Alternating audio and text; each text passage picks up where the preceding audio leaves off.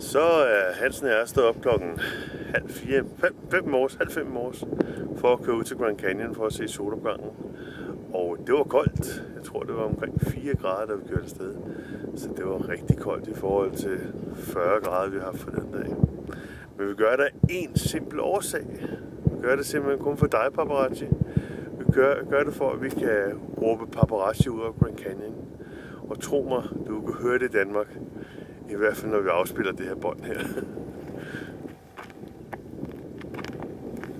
Paparazzi!